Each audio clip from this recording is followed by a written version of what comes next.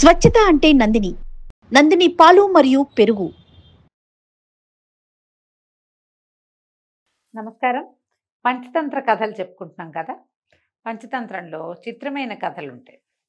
ఒక అడవిలోనట మదోత్కటమని ఒక సింహం ఉండేది. ఈ మదోత్కటానికి కొంతమంది ఫ్రెండ్స్ ఉండేవాళ్ళట. ఒక చిరుతపులి, ఒక కాకి, ఒక నక్క.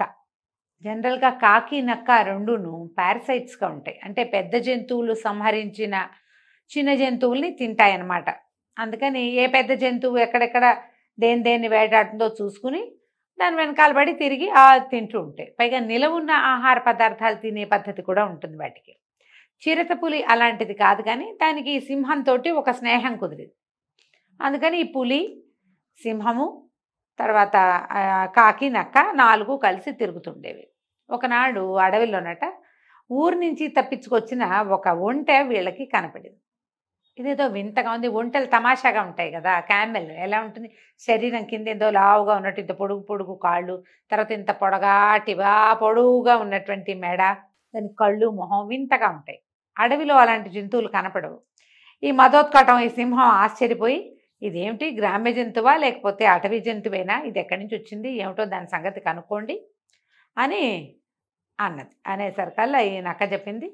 కాకి, నక్క 2 మాట్లాడుకుని, ఇది గ్రామ్య జంతువు అండి, ఊళ్ళల్లో ఉంటాయి ఇవి, కానీ మంచి బ్రహ్మాండమైన ఆహార పదార్థం, చక్కగా మనం తినేసేయచ్చు దీన్ని, చాలా రుచికరమైన మాంసం అది ఉంటుందని అవి 2 ప్రోత్సహిస్తే, ఈ మదోత్కటం అనే సింహం అంది, చిచ్చి అదేం మాట, ఈ అడవి మంది, నేను దీనికి రాజుని, ఈ పై ఊర్ల నుంచి తప్పించుకునో లేదో తప్పిపోయో మన దగ్గరికి వస్తే వాళ్ళు మన శరణు కోరి వచ్చినట్టు, శరణు కోరి వచ్చిన వాళ్ళని తినచ్చా?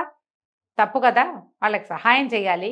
పాపం అది తప్పిపోయి దుఃఖంలోనో బాధలోనో ఉండి బెదిరిపోయి ఉంటే దాన్ని తింటామని అంటారేమిటి? అట్లా అనకూడదు.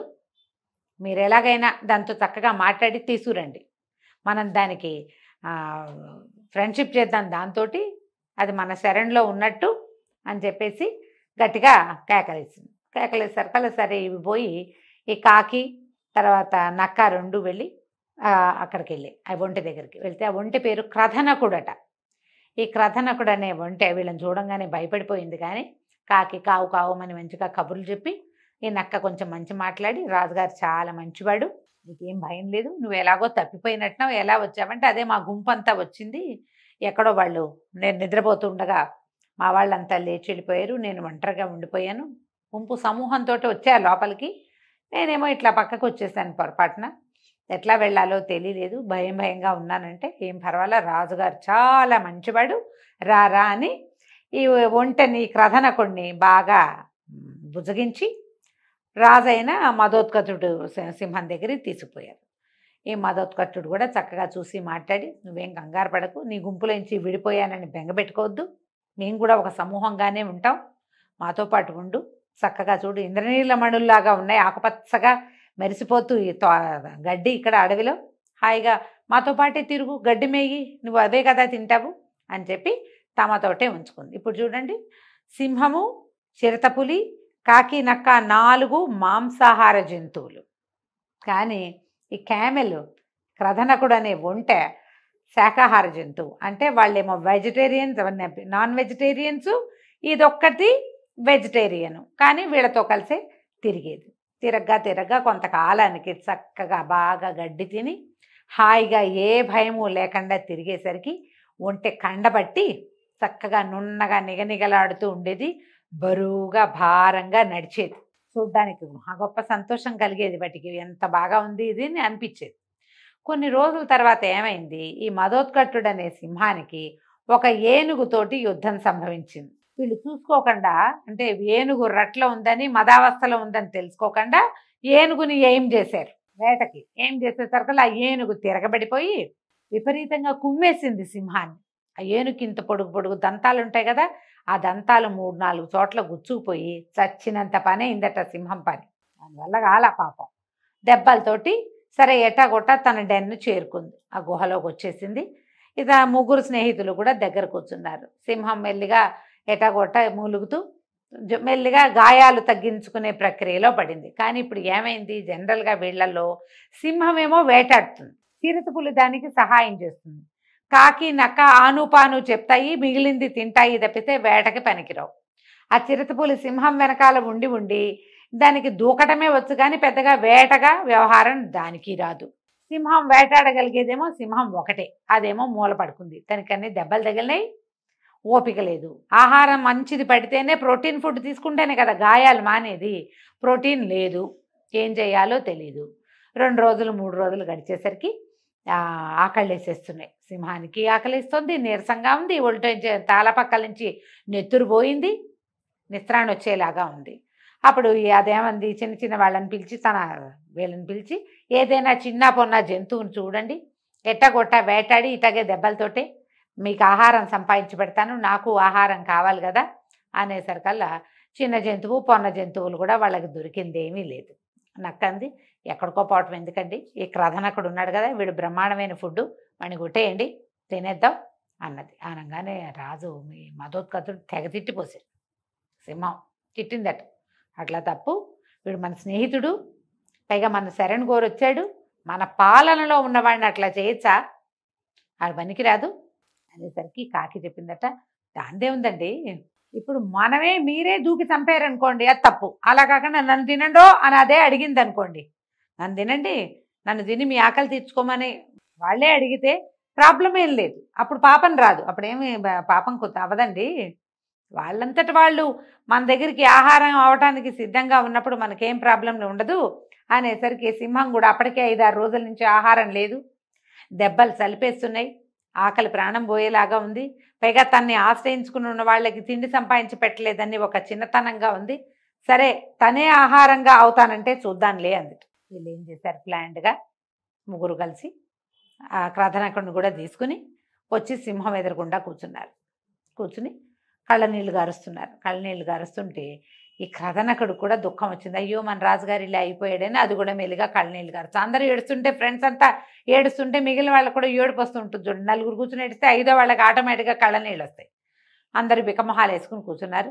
కాకంది, అయ్యో మన పని ఇలా అయింది, చాలా కాలంగా ప్రభువుని నమ్మి సేవిస్తున్నాము, ప్రభు ఇంత దెబ్బ తగిలి పడి ఉన్నాడు, ఈయనకు ఆహారం లేదు, ఆహారం ఉంటే కానీ మిగిలిన వాళ్ళని ఆయన పోషించలేడు అని, ఓ ప్రభు నేను మీ బాధ చూడలేకపోతున్నాను, మీ సేవకుణ్ణి, మీ సేవలోనే నా జీవితం అంతా అయిపోవాలి, అలాగే కోరుకుంటున్నాను, దయచేసి నన్ను తినేయండి, మీరు నన్ను తినేశారంటే మీ ఆకలి కొంతైనా తీరుతుంది, నాకు కూడా మీ రుణం తీరుతుంది, ఎన్నాళ్ళ నుంచో నాకు తిండి పెడుతున్నారు మీరు అని వలవల ఏడ్చిందట. ఏడిస్తే నక్కందట, ఓహోయ్ బలివాడివి, నీదెంత ప్రాణం, నువ్వు ఎంత కాకివి, నీకున్న కండెంత, నీ తింటే ఆయనకు వచ్చే ప్రోటీన్ ఎంత, లాభం లేదు, నువ్వు వద్దు, నువ్వు చాలా గొప్పవాడివి, నువ్వు స్నేహితుడివి, మరి అట్లా నన్నే చంపండి అని నువ్వు ఇంత మాట అడిగావు, నువ్వు ఎంత అద్భుతమైన వక్తబోయ్, నువ్వు చాలా గొప్పవాడివి అని కాకిని చాలా మెచ్చుకుని, ప్రభు నన్ను తినండి, కాకి కంటే నేను కొంచెం బెటర్, నీకంటే ఆయన కాకి మరి ఇంతదే, నేను సన్నటి వాడినైనా నాకు కొంచెం కంటుంది, మీరు నన్ను భోజనం చేసేసి ఓపిక తెచ్చుకుని మిగిలిన వాళ్ళందరినీ మీరు పోషించండి, ఈ ప్రపంచానికి మీ అవసరం చాలా ఉంది, మీలాంటి పాలకులు చాలా అవసరం అని నక్క కూడా కాసి డైలాగులు కొట్టంగానే చిరుతపులంది, భలేవాడిపోయి నువ్వు మాత్రం ఎంత వాడివి, కాకంటే ఇంతది, నువ్వు కూడా ఇంతవాడివే, పైగా సాటి జంతువువి, నువ్వు కూడా ఆయనలాగానే పళ్ళు గోళ్ళు కలిగిన వాడివి, సింహాలకి పళ్ళు గోళ్ళు ఆయుధం, నక్కలకు కూడా అంతే, నక్కలు కూడా చీల్చుకుని తింటాయి, వాటికి కూరలే ఆయుధం, అంతవాడివి కాకపోయినా కొంతగా అదే జాతికి చెందినవాడి, స్వజాతిని ఎవరైనా తింటారా,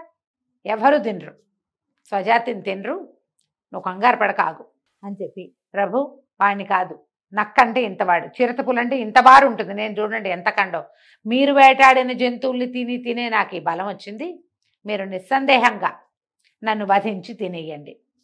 ఇప్పుడు లైన్గా వస్తున్నాయి చూడండి, కాకి చెప్పింది, కాకేమో కాకిని నక్క వారించి నక్క చెప్పింది, నక్కని వారించి పులి చెప్పింది, పులి పక్కన కూర్చున్నది ఒంటె ఏమనుకుంది, ఓహో మన రాజుగారు ఎంత గొప్పవాడు, వీళ్ళందరినీ ఎవరిని తినమన్నా ఎవరిని తింటలేదు, వీళ్ళందరూ అన్నారు కదా నే కూడా అనాలి, లేకపోతే బాగుండదు, బంతిలో బాలపక్షం బాగుండదు, నన్ను కూడా తిండు ఆయనేమి, కానీ ఆఫర్ చేసిన మాట ఉంటుంది కదా మంచి మాట, మనం మర్యాదగా మాట్లాడినట్టు ఉంటుందని ఏమన్నది ఈ క్రధనకుడు అనే ఒంటె, అదేమిటోయ్ చిరుతపులి నిన్ను మాత్రం ఎట్లా తింటాడు, నువ్వు సాటివాడివే, సింహం కంటే ఒక్క రవ్వ తక్కువే కానీ చిరుతపులి చాలా తక్కువ కాదు, నేనే ఉంది గడ్డి కాదని తినేవాడిని, నా వల్ల ప్రపంచానికి వచ్చిన ఉపయోగం ఏం లేదు, నువ్వు కనుక ఉంటే రేపొద్దున ప్రభువుకి కావాలంటే ఏ సైన్యాధ్యక్షుడుగానో ఉంటావు, నన్ను తినండి ప్రభు అన్నది. అనేసరికల్లా ఇంకేముంది, ఒకే ఒక్కసారి చిరుతపులి నక్క చెరో పక్క నుంచి పడి ఈ ఒంటని చీల్చేసింది.